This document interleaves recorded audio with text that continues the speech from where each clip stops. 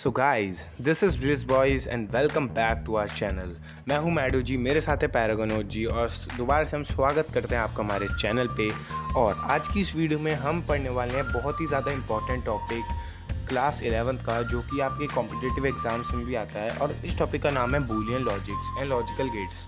ठीक है, तो ये टॉपिक हम स्टार्टिंग से एंड तक पूरा जो है डिटेल में पढ़ने वाले हैं। तो बिना टाइम वेस्ट करे टॉपिक को जल्दी से हम स्टार्ट करते हैं। ठीक है, तो देखो सबसे पहले जो आपका आता है ना, आपका बाइनरी डिसीजंस क्या होते हैं। सबसे पहली टर्म चैप्टर में आपकी आती है। तो देखो कोई भी ऐसा लॉजिकल डिसीजन जिसका रिजल्ट या तो ट्रू आ रहा है या फिर फॉल्स आ रहा है, उस डिसीजन को हम बाइनरी डिसीजन कह देते हैं। लॉजिकल डिसीजन होते हैं कोई भी ऐसी स्टेटमेंट हो।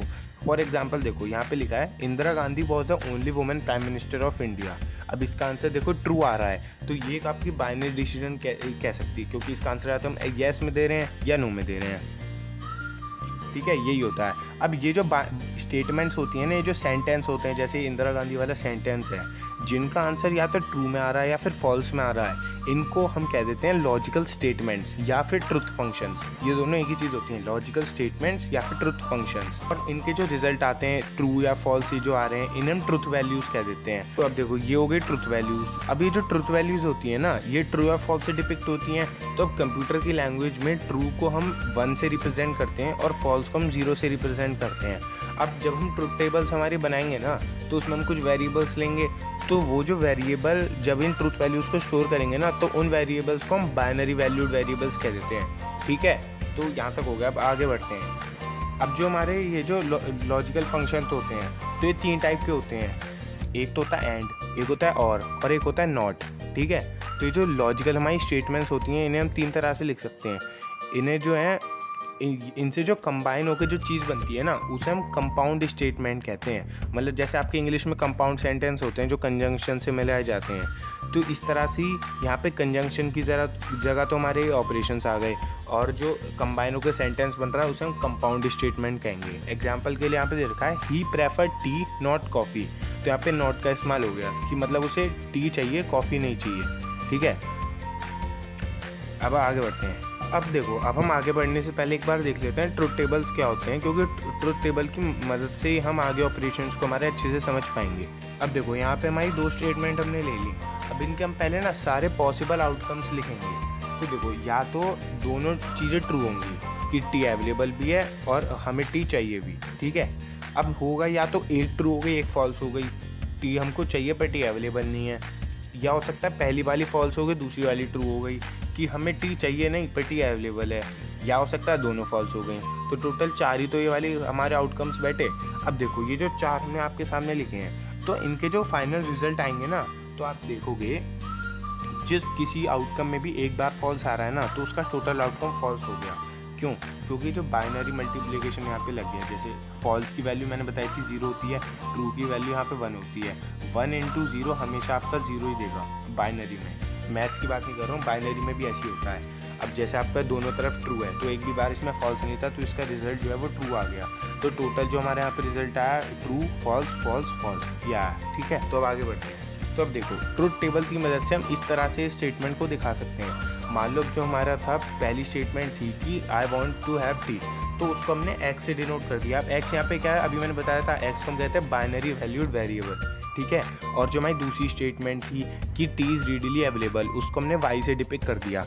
अब देखो या तो दोनों ट्रू होंगे 1 1, या एक ट्रू एक फॉल्स 1 0, एक फॉल्स एक ट्रू 0 1, या दोनों फॉल्स 2 बार 0। इनके रिजल्ट आपके सामने देखो यहाँ पे आ गए। हमने इन्हें मल्टीप्लाई कर दिया, 1 1 1 आ गया, 1 0 0 0 1 0 0 0 0। कहीं भी अगर 0 आ गया ना, तो उसका रिजल्ट हमेशा 0 ही होगा। ठीक है, तो ये आपका ट्रुथ टेबल हो गया।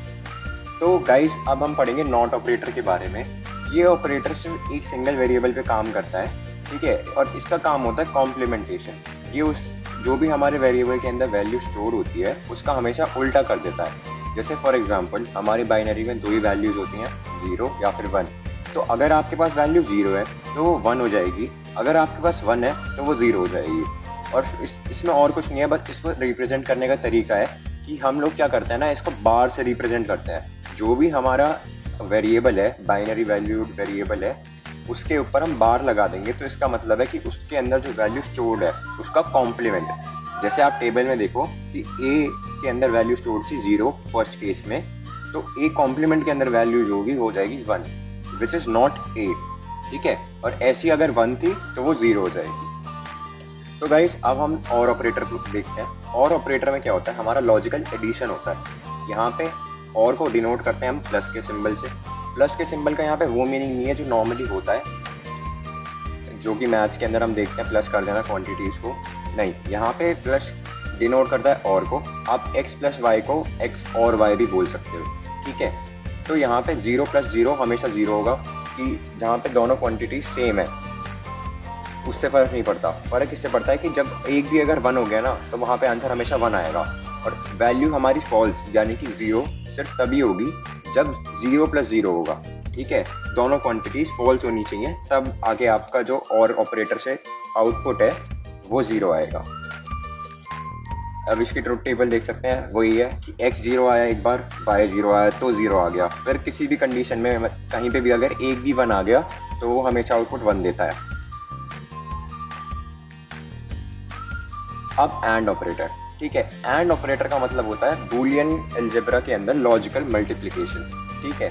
इसको रिप्रेजेंट हम करते हैं डॉट से, x डॉट y। इसको जैसे और को हम बोलते थे x plus Y will be read as x और y, तो यहाँ पे हम x डॉट y को बोलते हैं x एंड y, ठीक है। अब इसका ना थोड़ा सिंपल सा लॉजिक है, जैसे मैथ्स के अंदर होता है कि 0 dot 0 would be equal to 0 और 0 dot 1 would be equal to 0। तो 0 को आप किसी से भी मल्टीप्लाई करो मैथ्स के अंदर तो हमेशा 0 ही आता है, वैसे ही इसके अंदर है। बस 1 डॉट 1, क्योंकि 1 को आप 1 से मल्टीप्लाई करोगे तो हमेशा 1 ही आता है, तो इसके अंदर भी वैसी केस है, तो इसको समझना बहुत ईजी है। अब इसका ट्रुथ टेबल देख सकते हैं, वही जो हमने बताया कि 0 0 0 होता है, 1 और 1 जब होगा सिर्फ तभी 1 आएगा, बाकी हर केस में 0 आता है। और एक चीज़ देख सकते हैं आप, जैसे x dot Y dot Z है, आप उसको नॉर्मलाइज करके लिख सकते हो x वाई जेड, उसका ऑटोमेटिकली मतलब हो जाता है कि उसके बीच में लॉजिकल मल्टीप्लिकेशन है। सो गाइज, अभी आपको याद होगा हमने जो स्टार्टिंग में एग्जाम्पल देखा था टी वाला, जिसके अंदर हमने 2 स्टेटमेंट्स ली थी और उसमें हमने फिर ट्रुथ टेबल देखा था, तो उसके अंदर भी मल्टीप्लिकेशन का ही लॉजिक लगा था कि अगर एक कंडीशन भी हमारी फॉल्स थी तो हमारा हमेशा आंसर फॉल्स आ रहा था, यानी कि 0 आ रहा था। और जब हमारी कंडीशन दोनों ट्रू हुई सिर्फ तभी वहाँ पे ट्रू आंसर आया था, यानी कि 1। सो गाइज, अब हम देखते हैं एक एक्सप्रेशन का टेबल, ट्रुथ टेबल कैसे बनाएंगे 3 वेरिएबल्स का। तो हमारे पास एक एक्सप्रेशन है x प्लस वाई जेड का होल कॉम्प्लीमेंट। अब इसके अंदर 3 वेरिएबल्स हैं x, y और z। इसमें अब किसी का भी 0 हो सकता है वैल्यू, कभी भी 1 हो सकता है, कभी भी 0 हो सकता है, कुछ भी हो सकता है, अलग अलग कॉम्बिनेशन हमें करने पड़ेंगे, ठीक है। तो अब हम ना इसमें क्या करेंगे, जैसे अभी तक का हमारे पास 2 वेरिएबल्स थे तो बहुत ईजी था कि कॉम्बिनेशन हर तरीके का ट्राई करना। अब थोड़ा सा लेंदी हो जाता है बार बार करना कि एक बार इसका 0, एक बार इसका 1, एक बार इसका 0। अब हम इस केस में क्या करेंगे, जब इसे लेंदी हो जाता है बहुत, तो हमारे पास फॉर्मूला था 2 to the power n। n हमारा रिप्रेजेंट करता है नंबर ऑफ वेरिएबल्स, तो 2 टू द पावर 3 हो जाएगा, यहाँ पे 3 वेरिएबल है तो विच वुड बी 8। तो हमारे पास टोटल नंबर ऑफ जो रोज होंगी ना वो होंगी 8, ठीक है। और उसमें हम अब क्या करते हैं, जैसे 8 है हमारे पास, ठीक है। टोटल हमारे पास जितने भी रोज आए वो 8 हैं इस केस में, तो जितने भी हमारे पास रोज आते हैं हम उसे डिवाइड बाय 2 कर देते हैं, तो उसमें आधे 0 रखते हैं और आधे 1 रखते हैं, और ऐसे आगे बढ़ते बढ़ते डिवाइड करते चले जाते हैं। अब देखते हैं एक बार, ये थोड़ा कॉम्प्लिकेटेड हो रहा है, ध्यान से देखना। अब देखना यहाँ पे हमने 8 थे तो एक बार 4 बार 0 रखा, 4 बार 0 और फिर 4 बार 1, ठीक है, ऐसे किया। फिर उसके बाद क्या हुआ, जब अगले उसमें आए, अब हमारे पास 4 बार हो चुका है हाफ, अब हमने 4 का हाफ किया, तो 4 का हाफ किया तो 2, तो अब 2 बार 0 2 बार 1 और फिर 2 बार 0 फिर 2 बार 1, ठीक है, ऐसे करके किया। फिर अगले केस में हमने 2 का भी हाफ कर दिया, तो अब 1 0 1 1 1 0 1 1 ऐसे करके हमने x y z की वैल्यूज फिल करी। अब अगर ऐसी ना हमारे पास क्या कहते हैं एक और वेरिएबल होता तो उसकी पावर हो जाती 2 की पावर 4, तो यानी कि वो हो जाता 8 2 16, ठीक है। तो उस केस में ना हमारे पास 16 डिवाइडेड बाय 2 करते और फिर 8 बार 0 और 8 बार 1 ऐसे करते करते चलते, ठीक है। अब आगे बढ़ते हैं, ऐसी इसका एक्सप्रेशन का आंसर देखते हैं। अब देखो हमने क्या किया, जो हमारा क्वेश्चन था x प्लस वाई जेड का होल कॉम्प्लीमेंट, तो पहले हमने x y z की वैल्यूज पिछले टेबल में फाइंड कर ली कि कैसे कैसे आई। फिर हमने y डॉट z की वैल्यू फाइंड करी कि उसकी क्या वैल्यू है। तो y डॉट z की वैल्यू देखो 0 0 0 होता है, 0 1 भी 0 होता है। सिर्फ तभी 1 आएगा जब दोनों बार 1 होगा। तो एक यहाँ आ रहा है, ठीक है, तो यहाँ 1 आ गया, और एक यहाँ आ रहा है तो यहाँ 1 आ गया, ठीक है। अब उसके बाद उसमें ना YZ खाली नहीं था, YZ का कॉम्प्लीमेंट था। तो अब इसका उल्टा कर देंगे यहाँ पे, तो 0 का 1 हो गया और 1 का 0 हो गया, ठीक है। और अब हमें x प्लस YZ करना है, तो एक x यहाँ देखेंगे और इसमें देखेंगे और इनका प्लस करेंगे, और प्लस का मतलब होता है और, ठीक है। तो ऐसे याद करते चलना। तो 0 प्लस 1 वुड बी 1, ठीक है। 0 प्लस 1 वुड बी 1, ठीक है। तो यहाँ पे भी 0 प्लस 1 वुड बी 1, ऐसे ही करते करते चले। सिर्फ हमारा 0 तभी आएगा जब दोनों क्वांटिटी 0 होंगे, जो कि यहाँ पे हो रहा है सिर्फ इस वाले केस में। तो यहाँ पे आ गया 0। बाकी प्लस एक नॉर्मल प्लस की तरह है इसके अंदर भी, जहाँ पे भी हमारा 1 आता है वहाँ पे हमारा वो वैल्यू 1 प्लस 0 1 ही हो जाता है। बस जैसे थोड़ा डिफरेंट यहाँ हो जाता है कि 1 प्लस 1 भी 1 है। वो बाइनरी के अंदर ऐसे ही होता है, 1 और 0 की क्वांटिटीज हैं ट्रू और फॉल्स के लिए। वो नॉर्मल समझने के लिए आप कर सकते हो, ठीक है। तो फॉल्स सिर्फ तभी आएगी इसमें प्लस के अंदर जब आपकी दोनों क्वांटिटीज फॉल्स होंगी, ठीक है। तो इसकी ट्रुथ टेबल ये वाली हो गई। अब आगे चलते हैं दोस्तों। अब जैसे हमने अलग अलग तरह के लॉजिकल ऑपरेटर्स पढ़े, अब हम देखेंगे कि लॉजिकल गेट्स क्या होते हैं। तो देखो, काम दोनों का सेम ही होता है, पर लॉजिकल गेट जो है ना, ये इलेक्ट्रॉनिक सिग्नल्स हो जाते हैं, मतलब इलेक्ट्रॉनिक सर्किट होते हैं जो अलग अलग तरह के आउटपुट सिग्नल देते हैं। तो अब देखो, जो गेट्स होते हैं ना, वो हमारे पास 3 टाइप के मेनली होते हैं, और वही होते हैं जो हमारे ऑपरेशंस थे। जैसे हमारे नॉर ऑपरेशंस था तो एक नॉट गेट हो गया, और ऑपरेशन था और गेट हो गया, एक एंड ऑपरेशन था तो एक एंड गेट हो गया। तो इनका काम भी देखो वही है, पर इनके ना सिंबल्स आ जाते हैं। अब देखो, हम आगे वाली स्लाइड पे देखेंगे। देखो, जैसे हमारे यहाँ आया नॉट गेट, नॉट गेट का काम वही है, गेट का काम ना वही हो जाता है जो नॉर ऑपरेशंस का था, कि कॉम्प्लीमेंट बनाना। 1 है तो 0 कर देना, 0 है तो 1 कर देना। अब देखो, आपको यहाँ पे ना सिंबल दिख रहा होगा, मैं हाईलाइट करता हूँ इसे पेन से। देखो, ये पहले हम एक ट्रायंगल बनाते हैं, उसके बाद ना हम एक इसके ऊपर सर्कल, इसके टिप पे एक सर्कल बनाते हैं। तो इस तरह से जो एक सिंबल होता है ना, वो एक नॉर गेट का होता है। इसके आगे से एक वैल्यू आउट, जो इसके सर्कल में से एक वैल्यू निकल रही होती है, ये इसका आउटपुट होता है। और जो पीछे इसमें ट्रायंगल में आ रही होती है, इसे हम इनपुट कह देते हैं। ये हमारे सर्किट्स में बेसिकली यूज़ आते हैं। अब देखो, इसे हम ट्रुथ टेबल की मदद से देखो कैसे समझ सकते हैं। देखो, ए हमारा इनपुट था, एक्स हमारा आउटपुट है। अब जब ए की वैल्यू 0 होगी तो एक्स की वैल्यू 1 हो जाएगी, ए की वैल्यू 1 होगी तो एक्स की वैल्यू 0 हो जाएगी, ठीक है। इस तरह से हमारा नॉट गेट होता है। अब देखो, अब जो हमारा और गेट होता है उसका सिंबल कुछ इस तरह से होता है। देखो, आगे से हमारे इक्लिप्स की तरह, एक हाफ इक्लिप्स की तरह एक कर्व लाइन जाएगी, और पीछे से ना एक कर्व लाइन की मदद से ऐसे जॉइंट हो जाएगा। इस टाइप से हमारा ये और का सिंबल बनता है। अब इसमें सब पीछे से ए और बी आ रहे हैं, ये हमारे जो है इनपुट हो गए। आगे से ए प्लस बी आ रहा है आउटपुट, और में आपको पता होगा ना, एडिशन हो जाता है, लॉजिकल एडिशन जो होता है। तो इस तरह से और का गेट बनता है। और होता क्या है ये और हम देख लेते हैं। इसका काम देखो वही होता है। अब देखो, जैसे हमने ऑपरेशंस में आपको बताया था ट्रू और फॉल्स होते हैं उसमें, इसमें क्या है ना, वोल्टेज पे काम होता है, जैसे इलेक्ट्रिकल सर्किट में यूज़ आता है। अब यहाँ पे देखो, 0 का मतलब हो जाता है लो वोल्टेज, और 1 का मतलब हो जाता है हाई वोल्टेज। अब देखो, जैसे एक्स पहला टेबल है, यहाँ पे इसमें एक्स और वाई की वैल्यू जाए, 2 वैल्यू वही 0 और 0, तो हमारा जो फाइनल रिजल्ट है वो भी 0 आया। मतलब लो वोल्टेज और लो वोल्टेज का जो आंसर आया वो लो वोल्टेज ही आ गया। अब देखो, एडिशन में अगर एक भी बार हाई वोल्टेज आ रहा है ना, तो हमेशा वो हाई वोल्टेज हो जाती है और गेट में, ठीक है। जब वो और गेट से पास करेंगी लो वोल्टेज और हाई वोल्टेज, जो फाइनल जो हमारा आएगा रिजल्ट वो हाई वोल्टेज आएगा, यानी 1 हमारा आंसर आएगा, ठीक है।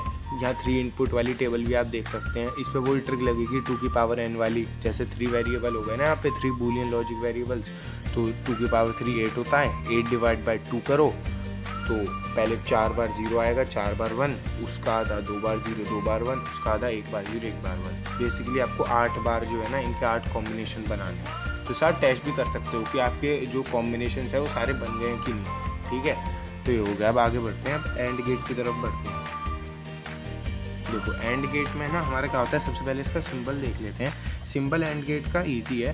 देखो, सबसे पहले तो इसकी एक स्ट्रेट लाइन बनती है आगे, पहले ना एक स्ट्रेट लाइन बनती है, और इसके बाद एक ऐसे एक हाफ सेमी सर्कल टाइप का एक बनता है। सेमी सर्कल तो ये पूरा नहीं होता, पर उस टाइप का ऐसे आगे बना देते हैं। ये हमारा एंड गेट का सिंबल होता है है ना। तो इसके पीछे से जो वैल्यू आ रही है इनपुट होगी, आगे से जो आ रही है ना इसमें कर्व साइड से जो निकल रही है वो इसके आउटपुट हो जाएंगी। अब एंड गेट का हम काम देखेंगे, इसका भी वही काम होता है जो मल्टीप्लाई करने में काम होता है, लॉजिकल मल्टीप्लिकेशन की। कहीं भी ज़ीरो आ गया मतलब कहीं भी लो वोल्टेज हुई तो फाइनल आंसर लो वोल्टेज में आएगा यानी ज़ीरो आएगा, और कहीं भी अगर 1 हुआ तो फाइनल आंसर जो है वो 1 आएगा। वो सॉरी, अगर सारी वैल्यू 1 हुई तो फाइनल आंसर 1 आएगा, वरना हमेशा 0 आएगा। अब आप देख सकते हो इसमें सिर्फ एक ही बार 1 आ रहा है फाइनल में, जहाँ पे तीनों 1 है, बाकी सब में कहीं ना कहीं 0 आ ही रहा है, ठीक है। तो इस तरह से हमारा एंड गेट हो गया। इसके बाद आता है आपका एक प्रिंसिपल ऑफ डुअलिटी। ये आपका काफ़ी जो है ना इम्पॉर्टेंट चीज़ है।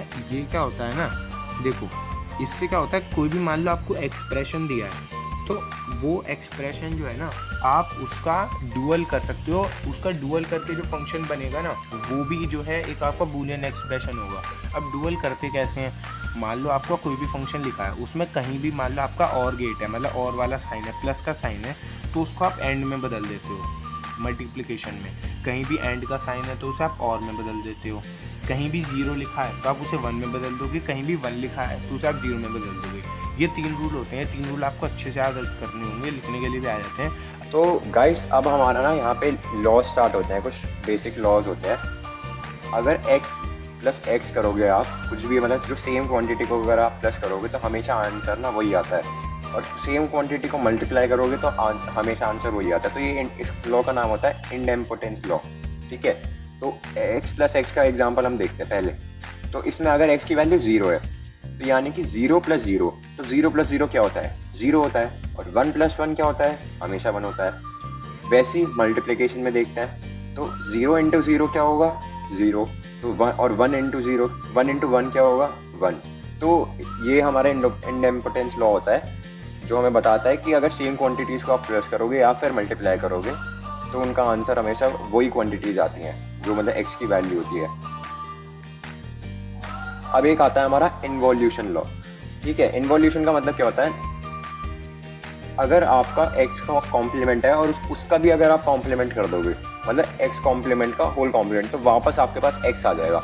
जैसे आप देखो ट्रुथ टेबल में भी देख सकते हो, वैसे भी सुन सकते हो कि अगर आपकी x की वैल्यू 0 है, उसका कॉम्प्लीमेंट क्या होगा, 1, और 1 का कॉम्प्लीमेंट फिर क्या हो जाएगा, 0, तो वापस आपके पास x की वैल्यू ही आ जाती है। तो कहीं पे भी अगर आपको 2 बार लगे हुए दिखें एक वेरिएबल के ऊपर या क्वांटिटी के ऊपर, तो आप वापस उस क्वांटिटी को लिख सकते हो खाली बिना बार के।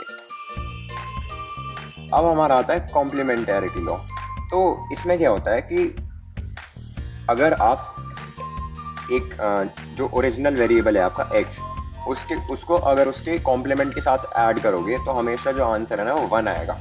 क्यों देखो, अगर एक आपका वेरिएबल है उसकी वैल्यू है 0, तो उसके कॉम्प्लीमेंट की वैल्यू होगी 1, तो 0 प्लस 1 तो 1 ही होगा हमेशा।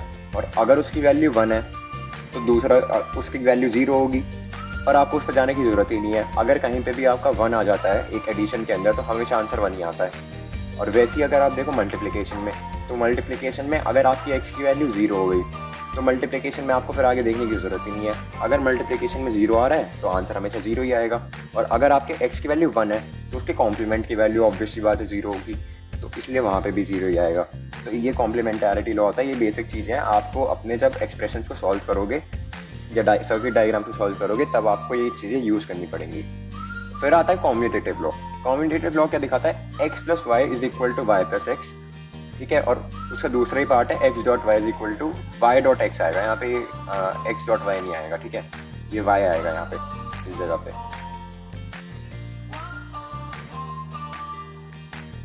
ठीक है, y डॉट एक्स आएगा वहाँ पे। तो ये क्या है, अब यहाँ पे देखो x की वैल्यूज हमने यहाँ पे ली, फर्स्ट वाले पार्ट को देखते हैं पहले, x प्लस वाई वाले को। x की वैल्यूज हमने यहाँ पे ली और फिर y की वैल्यूज ली, ठीक है। तो फिर x प्लस वाई की हमने वैल्यूज देखी तो 0 प्लस 0 0 आ गया, वैसे ही y प्लस एक्स। तो मतलब ये ना बहुत बेसिक सी चीज़ है, इसको मैं ज़्यादा एक्सप्लेन नहीं करूँगा, आप खुद भी देख सकते हो कि किसी भी मतलब 0 प्लस 1 को करो या 1 प्लस 0 करो, बात तो एक ही है ना। और वैसे यहाँ पे देखो 0 मल्टीप्लाई बाय 1 करूँ या फिर 1 मल्टीप्लाई बाय 0 करूँ तो बात तो एक ही रहेगी तब भी, ठीक है।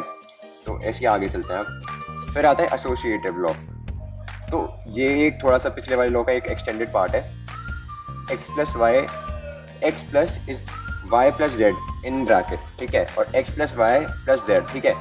तो इसमें ना अब हम देखते हैं क्या है कि अगर आप मान लो वाई प्लस जेड की वैल्यू कुछ भी है, वाई प्लस जेड की वैल्यू मान लो 1 है या 0 है, ठीक है, और एक्स की वैल्यू कुछ है, तो एक्स में अगर आप उसको प्लस कर रहे हो, ठीक है, एक्स प्लस आपने मान लो 1 करा, एक्स की वैल्यू 0 है और वाई प्लस जेड की वैल्यू 0 है, तो उसकी फाइनल आउटपुट क्या आई, 0।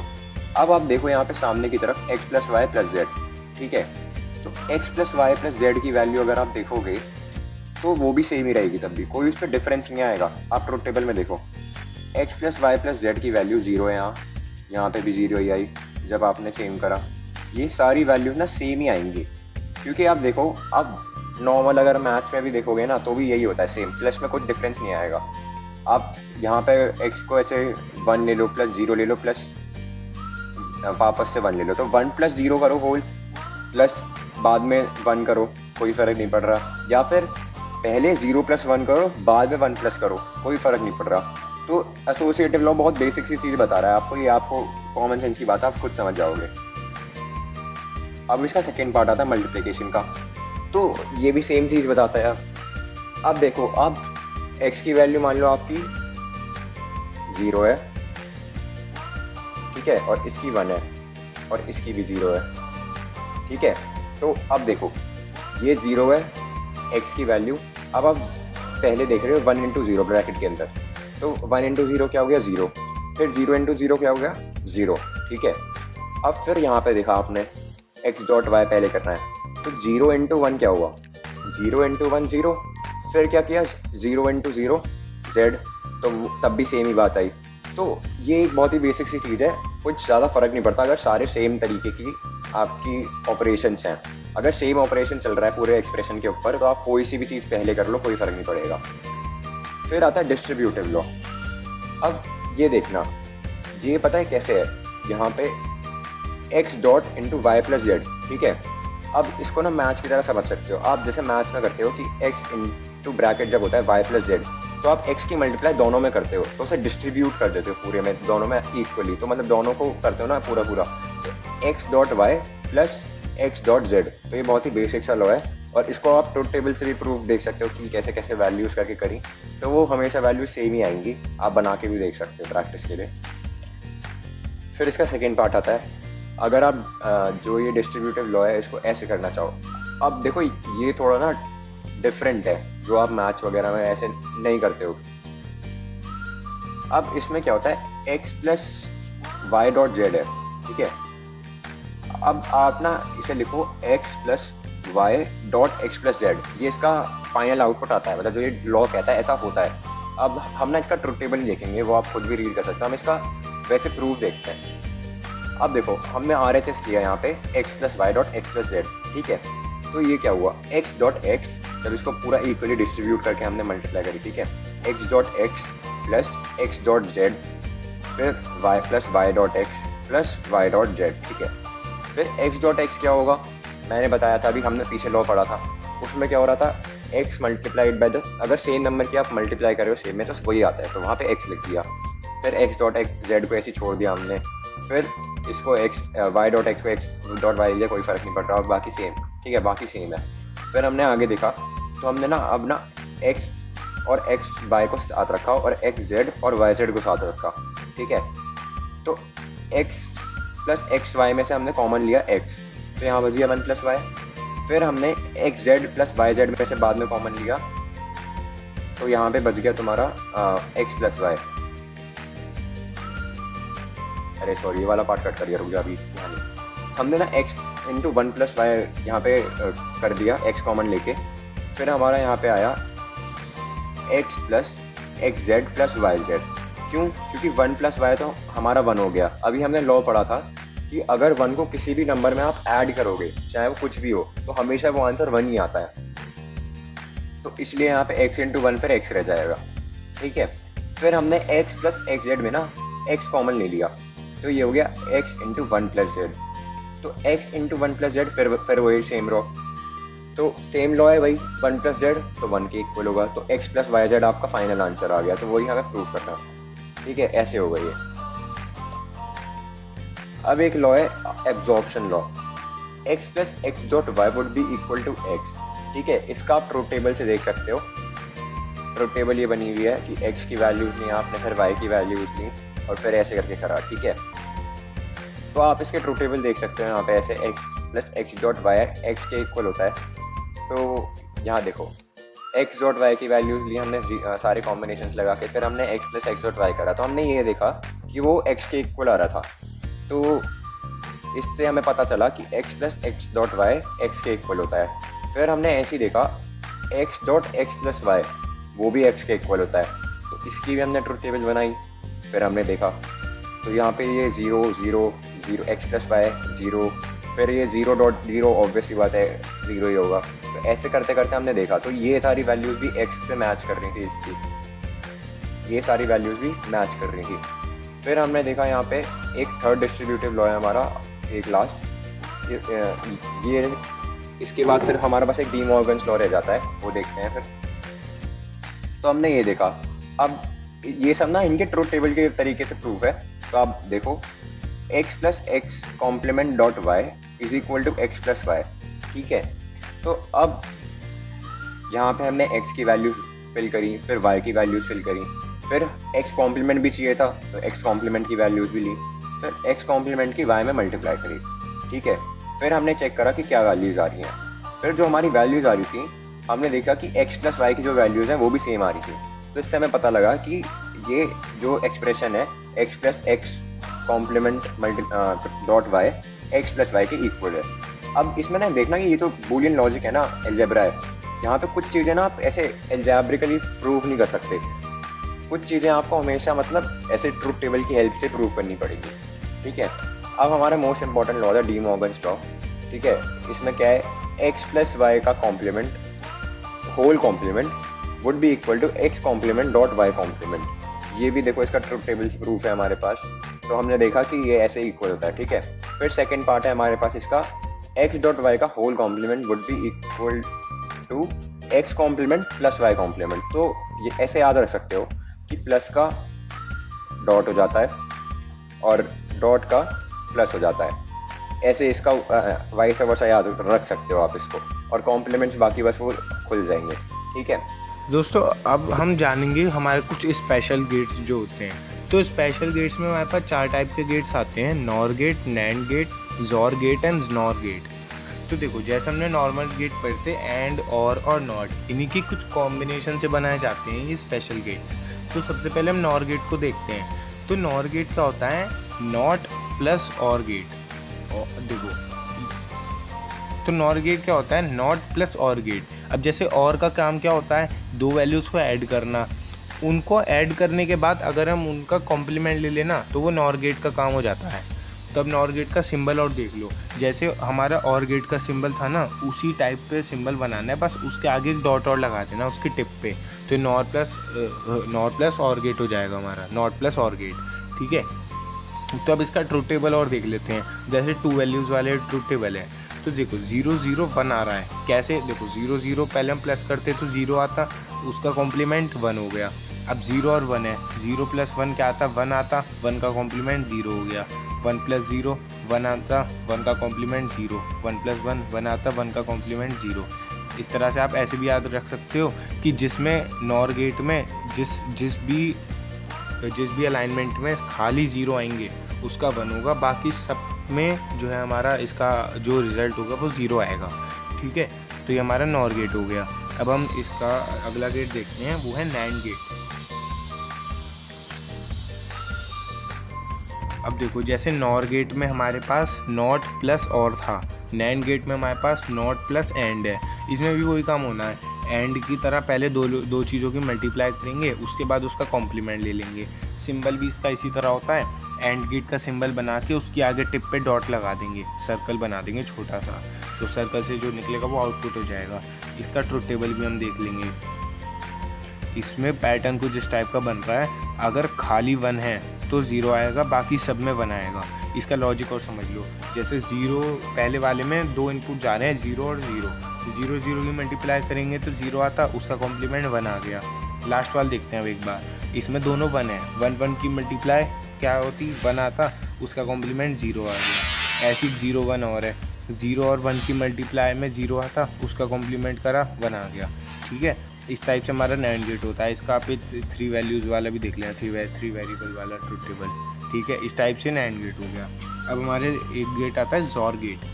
जॉर में देखो, सबसे पहले तो आप इनका सिंबल के लिए ये ध्यान रखना, कभी भी किसी गेट के आगे एक्स लग जाता है ना, तो उसकी पीछे वाली बाउंड्री पे ऐसे एक बाउंड्री टाइप की एक लाइन खिंच जाती है।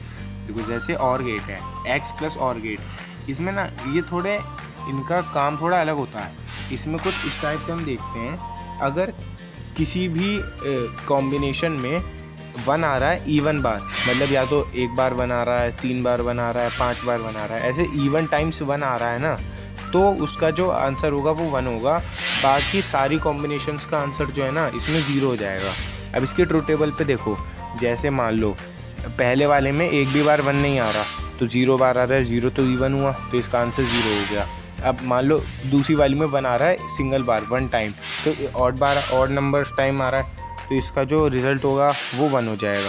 ठीक है, सिंबल और देख लेना, इसका और का सिंबल बनाना है और उसके पीछे ऐसे एक बाउंड्री बना देनी है। ठीक है, ये हमारा जॉर गेट हो गया। इसके बाद आता है हमारा नॉर गेट।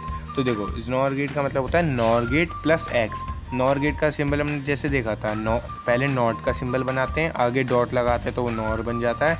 अब पीछे इसकी बाउंड्री पे एक लाइन बना देते हैं तो वो नॉर बन जाता है। इसका मतलब होता है ये जस्ट जॉर गेट का उल्टा होता है। जैसे जॉर गेट में होता है ना कि अगर कोई भी 1 डिजिट यहाँ पे ऑड टाइम्स आ रही है तो उसका आंसर 1 हो जाता है, इसमें इसका उल्टा होता है। अगर यहाँ पे जो है हमारी 1 डिजिट इवन टाइम्स आ रही है तो उसका आंसर जो है हमारा 1 होगा, वरना उसका आंसर 0 होगा। जैसे आप इस वाले में देखो, हमारे जो पहला 2 वेरिएबल वाला टेबल है, इसमें पहले वाले में 1 0 बार आ रहा है, 0 तो एक इवन नंबर है ना, तो इसका आंसर 1 आ गया। दूसरे में ऑड बार आ रहा है तो वो उसका 0 आ गया। तीसरे में भी 1 बार आ रहा है तो उसका आंसर 0 हो गया। चौथे वाले में 2 बार आ रहा है तो उसका आंसर जो है ना 1 हो गया, क्योंकि वो इवन टाइम्स आ रहा है। ठीक है, इस टाइप से हमारा हो जाता है इस नॉर गेट। अब इसके बाद जो हमारा आता है लास्ट इस चैप्टर का टॉपिक, वो है लॉजिकल सर्किट्स। तो गाइस अब हम ना लॉजिकल सर्किट्स की तरफ बढ़ते हैं। लॉजिकल सर्किट देखो दिखने में बहुत ना कॉम्प्लेक्स लगते हैं, इतने कॉम्प्लेक्स से होते नहीं हैं, काफ़ी मतलब ये इजी होते हैं अगर हम इन्हें अच्छे से समझें। मतलब लॉजिकल सर्किट जो होते हैं ना, जो बेसिकली हमारे बूलियन एक्सप्रेशंस होते हैं ना, जो हमने पढ़े थे, मतलब अलग अलग इक्वेशंस टाइप की बना देते हैं सारे ऑपरेशंस को यूज़ करके, उन्हीं को हमें सर्किट्स की मदद से दिखाते हैं। अब देखो सबसे पहला हमारा आपको सर्किट दिख रहा होगा, इसमें 3 वैल्यूज़ जा रही हैं A, B और C। तो देखो सबसे पहले इसके आगे एक एंड गेट दिख रहा है आपको। एंड गेट में दो इनपुट जा रहे हैं A और B, तो इसका आउटपुट क्या निकलेगा AB। तो लाइन के ऊपर हमने AB लिख दिया। ठीक है, अब एंड गेट के नीचे आपको एक और गेट दिख रहा होगा। और गेट के अंदर एक तो आपका जा रहा है हमारा B जा रहा है, ये जो लाइन बना के सर्कल बना के लाइन बनाते हैं ना, ये होता है, वहीं से हमने एक और ले लिया। ठीक है, तो इसमें एक B जा रहा है, C जा रहा है, तो और गेट में प्लस होता है तो B प्लस C आ गया। ऐसी इसके नीचे एक और एंड गेट है, एंड गेट में एक तो हमारा C जा रहा है और B जा रहा है, तो इसका जो आउटपुट आएगा वो BC आ गया। ठीक है, अब देखो ये जो हमारा नीचे वाला एक और गेट है और एंड गेट है, इनके बाद आपको एक एंड गेट दिख रहा होगा। तो एंड गेट में क्या वैल्यू जाएगी, BC into B plus C। ठीक है, ये चला गया। अब इसके बाद आपको ये दिख रहा होगा दोबारा से एक और गेट आ गया। तो अब और गेट में क्या होगा ना, और गेट में एक तो जो आपकी वैल्यू जा रही है AB और एक आपकी वैल्यू जा रही है BC plus B plus C, BC into B plus C। तो जो फाइनल जो Q आउटपुट निकलेगा आपका, वो क्या होगा, AB plus BC into B plus C। ठीक है, इस तरीके से होगा। अभी आपका दूसरा एग्जांपल देख लो, इसमें आपके स्पेशल गेट है, गैस करो इसका नाम क्या है। अभी मैंने आपको बताया था और गेट प्लस X, तो ये हो गया जॉर गेट। ठीक है, अब इसमें क्या होता है देखो, हाँ ठीक, तो देखो इस टाइप से हमारे लॉजिकल सर्किट होता है। अब आपको ना ये इमेज डिस्क्रिप्शन में दे दी जाएगी, भले इनफैक्ट ये इमेज नहीं, जो हमने आपको पूरी पीपीटी बताई है वो आपको पूरी डिस्क्रिप्शन में मिल जाएगी। आप प्रैक्टिस करना अलग अलग सर्किट, और आपको कोई भी डाउट हो तो आप कमेंट में बता सकते हो। सो गाइस आज की वीडियो में इतना ही, हम फिर मिलेंगे आपसे पाइथन को कंटिन्यू करते हुए। ये बोनस वीडियो थी, ऐसी बोनस वीडियोस आती रहेंगी कुछ भी, अगर किसी के पेपर्स वगैरह का टाइम आता है स्कूल के। ठीक है, तो मिलते हैं नेक्स्ट वीडियो में, तब तक के लिए गुड बाय।